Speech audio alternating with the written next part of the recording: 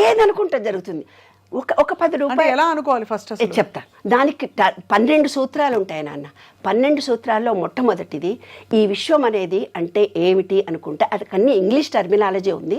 నేను కూడా ఖచ్చితంగా ఆ వాటిని కరెక్ట్గా పలకలేకపోవచ్చు, కానీ నేను ఒక్కొక్కటి చెప్తూ వస్తాను. పూర్తి కేవలం ఒక్కొక్క నియమం తాలూకు ఇంట్రొడక్షన్ చెప్దాం. రాబోయే ఎపిసోడ్స్ లో మనం దాన్ని విపులంగా డిస్కస్ చేద్దాం. ఏం లేదు, ఈ విశ్వము అంటే పంచభూతాలతో నిర్మితమైందని భగవద్గీతలో చెప్పింది, నేనేం స్వయంగా చెప్పట్లేదు. మన శరీరంలో పంచభూతాలు నాడులు అని ఆ కాలంలో సంస్కృతం టెర్మినాలజీలో మూలాధారము, స్వాదిష్టము, మణిపూరకము, విక్రము అని పేర్లు పెట్టారు. అప్పుడు మీరు సెల్ ఫోన్లో ఐఫై, నెట్ ఏవేవో చెప్తుంటారు, డెస్క్ అంటుంటారు, ఏవో పేర్లు చెప్తారు కదా. ఆ కాలంలో సంస్కృతం పేర్లు ఇవి, ఈ కాలంలో మీ ఇంగ్లీష్ పేర్లు ఇవి, అంతే తేడా. టర్మినాలజీ ఏం తయారైందో, విశ్వము అంటే ఏంది,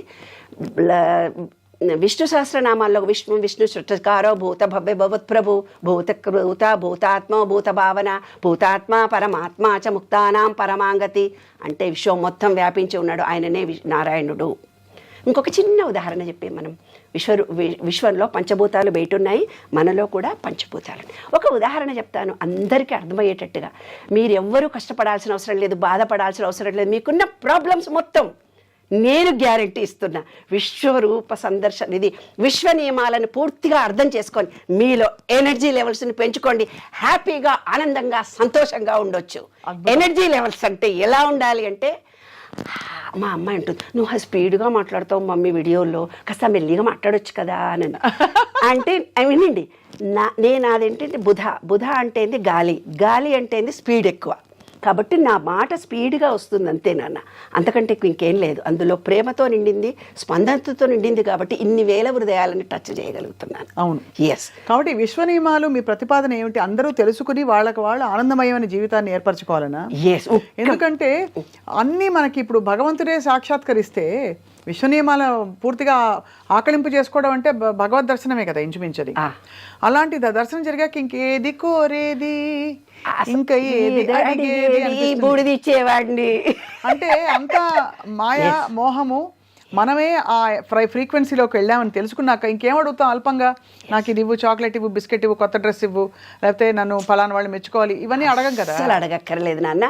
మీకు మీరే స్వయంగా అతి సరళమైన భాషలో అనుభవాలను జోడించి ఎనర్జీ లెవెల్స్, థాట్, ఫీలింగ్ ఎలా చేంజ్ చేసుకోవాలో చెప్తాను.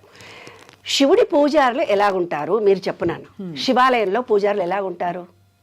బొద్దుగా, ముద్దుగా, లావుగా ఉంటారు. మీరు బాగా గమనించుకోండి. అవునా? శివాలయంలో ప్రతి వాళ్ళు వీడియో చూస్తున్న వాళ్ళందరూ కూడా చూడండి. శివుని పూజ చేసేవాళ్ళు బొద్దుగా, ముద్దుగా, పొట్టిగా ఉంటారు. వినాయకుడు రూపంలో ఉంటారు, అవునా లేదా? కొంచెం పొట్టెత్తుగా అలా ఉంటారు.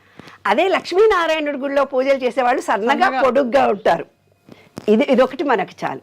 ఎందుకు అనంటే ఈ శివలింగంలో ఉండేది బ్రహ్మ, విష్ణు, మహేశ్వరులు. ఈ విశ్వం మొత్తం వ్యాపించి ఉండేది లక్ష్మీనారాయణుడు. అమ్మవారి స్వరూపం ఒకటి ఉంది. అయితే ఈ ప్రకృతి మొత్తం స్త్రీ పురుష లక్షణాలకు జోడించి ఉంది. అదే అర్ధనారీశ్వర తత్వం. అర్ధనారీశ్వరుని సూచించడంలో ఈ ప్రకృతి మొత్తం స్త్రీ పురుష లక్షణాలు కలిసి ఉన్నాయి. అదే విశ్వరూప సందర్శనలో ఒకటి. లాస్ట్ది ఇది, స్త్రీలింగము పురుషలింగము కలిసి ఉండడము అనేది. ఫస్ట్ది ఏంది? ఫస్ట్ది ఒక్కటే కొంచెం ఇంట్రడక్షన్ ఇస్తాను ఇవాళ, ఎందుకంటే ఇది చాలా అర్థం కావాలి కదా, అర్థం కావాలి నాన్న. ఇది ఎందుకంటే అర్థం అవడం మాత్రమే కాదండి, ఇది ఎలా అర్థం చేసుకుని ఎలా పాటించాలి, దానికి మనం ఏ సాధన చేయాలి కూడా చాలా ఇంపార్టెంట్. ఎందుకంటే అది కేవలం ఇక్కడి నుంచి కాదు, ఇక్కడి నుంచి రావాలి మిషన్. ఎవరికి వాళ్ళు నేను తెలుసుకోవాలని ఇచ్చ కలగాలి. నేను చెప్పే మాటల్లో 10% వాళ్ళ బుర్రకెక్కించుకుంటారు. ఈ చెవుతో వింటారు, ఈ చెవుతో విడిచిపోతారు. హృదయంతో విన్నవాళ్ళు ఏం చేస్తారంటే ఆహా అని పెట్టుకుంటారు కొంచెం సేపు. తర్వాత హృదయము, మనస్సు లగ్నం చేసుకొని విన్నవాళ్ళు సబ్ కాన్షియస్నెస్లో థాట్ ఫీలింగ్ను చేంజ్ చేసుకోగలుగుతారు.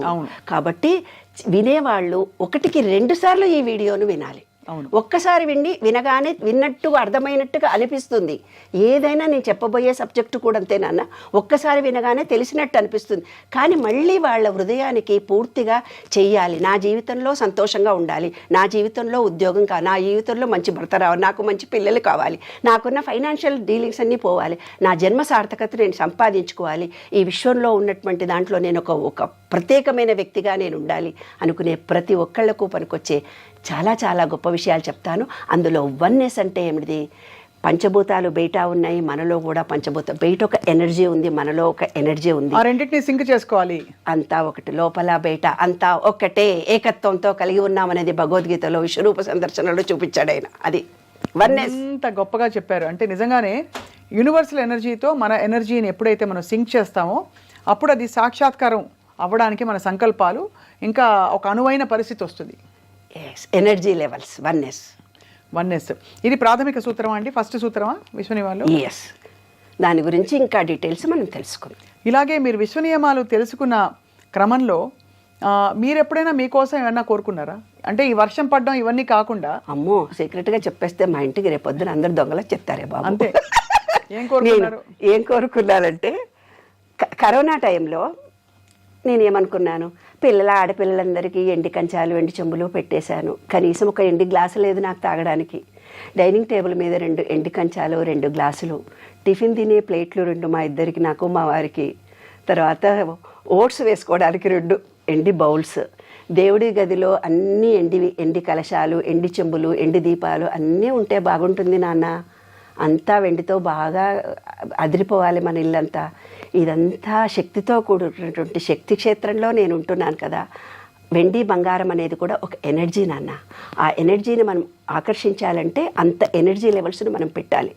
అలా ఎనర్జీ లెవెల్స్ పెట్టి నేను అనుకున్నాను విత్ ఇన్ 1 వీక్లో మాకు ఇంటి నిండా ఎండి సామానే. ఇప్పుడు వాటిని దాచుకుంటుంది కష్టంగా ఉంది. ఇప్పుడు మళ్ళీ లాకర్లో పట్టడం లేదు. నేను ఎక్కడికన్నా వెళితే ఎవరికన్నా ఇవ్వాలి. అట్లా నేను ఒకళ్ళకి ఒక సహాయం చేసి వస్తూ ఉంటాను. అన్నీ ఉచితంగానే చేస్తుంటాను. నేను ఎక్కడికన్నా పోతే కూడా నాన్న, మొన్న ఎక్కడికి వెళ్ళినా చెయ్యి పట్టుకో, అమ్మవారి గుడికి వెళ్ళాను, విజయవాడ వెళ్ళింది ఒక ఉదాహరణ చెప్తాను.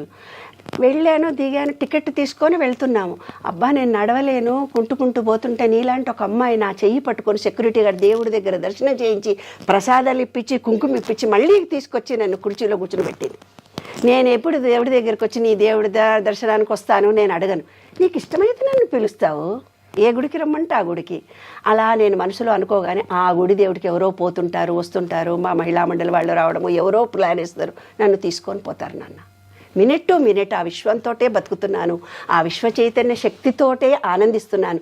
నా చిరకాల వాంఛన నా విశ్వ నియమాలను ప్రపంచవ్యాప్తం చేయాలని, ప్రతి వాళ్ళు ఆనందంగా సంతోషంగా ఉండాలని, ఈ ప్రేమ విశ్వవ్యాప్తమైన నా ప్రేమను అఖండంగా నిలిచిపోవాలని. భగవద్గీత కంటే గొప్ప గ్రంథం అండి నాన్న ఇది. అందులో నేను శ్రమపడి నేర్చుకున్నవి, అనుభవించినవి మీకు అందరికీ చెబుతున్నాను. అందరు అంటారు అసలు మీరు అనుభవిస్తే కదా మాకు చెప్పాలి అంటారేమో అని నాకు భయం. సంకల్పంలో లేదు ఫలం, ప్రయత్నంలోనే సఫలం, కల్పనలో నిద్రించక యత్నంతో సాధించిన నేను అనుభవంగా పొందిన జ్ఞానాన్ని మీకు ఇస్తున్నాను తల్లి. అది విశ్వ నియమాలు. ఇక చివరికి ఒక ప్రశ్న డాక్టర్ నిర్మల గారు, ఇది అందరికీ వర్తిస్తుందా, కేవలం ఒక ధర్మం ఒక ప్రాంతం వారికి మాత్రమేనా? క్రిస్టియన్స్ అయినా, ముస్లిమ్స్ అయినా, చర్చికి వెళ్ళే వాళ్ళైనా, కుల మతాలకు అతీతంగా, అసలు చిన్న పెద్ద, స్త్రీ పురుష ఏ సంబంధం లేదు. ప్రతి జీవి ఒక ఎనర్జీతో ఉంది. మనం కూడా ఎనర్జీ లెవెల్లో ఉన్నాం. ఆ ఎనర్జీ లెవెల్స్ మన ఎనర్జీ లెవెల్స్ కలిస్తే మనం ఏమనుకుంటే అది జరుగుతుంది. మన థాట్ ఫీలింగ్ చేంజ్ చేసుకోవాలి. ప్రేమ కలిగి ఉండాలి, విశ్వాసం ఉండాలి. ప్రేమ కలిగి ఉండాలి, విశ్వాసం ఉండాలి.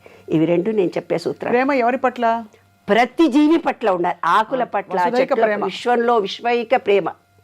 ఆ విశ్వైక ప్రేమ ఫ్రీక్వెన్సీలో మనం ఉన్నప్పుడు ప్రేమ, నమ్మకము అది పొందే శాంతి ఆటోమేటిక్గా వచ్చింది. శాంతి ఎప్పుడైతే మీలో వస్తుందో మీరు ఏం కోరుకుంటే జరుగుతుంది. చాలా అద్భుతంగా ఉంది. నేర్చుకోవడానికి చాలా గొప్ప ఒక కొత్త అధ్యాయం ప్రతి వారి జీవితంలో మొదలు పెట్టడానికి ఒక అవకాశం ఇస్తున్నారు డాక్టర్ లక్కరాజు నిర్మల గారు. సో రాబోయే ఎపిసోడ్స్లో మనం ఒక్కొక్క నియమాన్ని పరిశీలించి విపులంగా అర్థం చెప్పి దాని పరమార్థం, ఆంతర్యం, దాన్ని ఎలా పాటించాలి, ఎలా మనసు మైండ్ మార్చుకోవాలి అని, మైండ్ ఓవర్ ఎవ్రీథింగ్ ఎల్స్ అనే ఒక విషయాన్ని పరిశోధిద్దాం. ధన్యవాదాలు డాక్టర్ లక్కరాజు నిర్మల్ గారు. చాలా ధన్యులయ్యారు. Very much. ఓకే.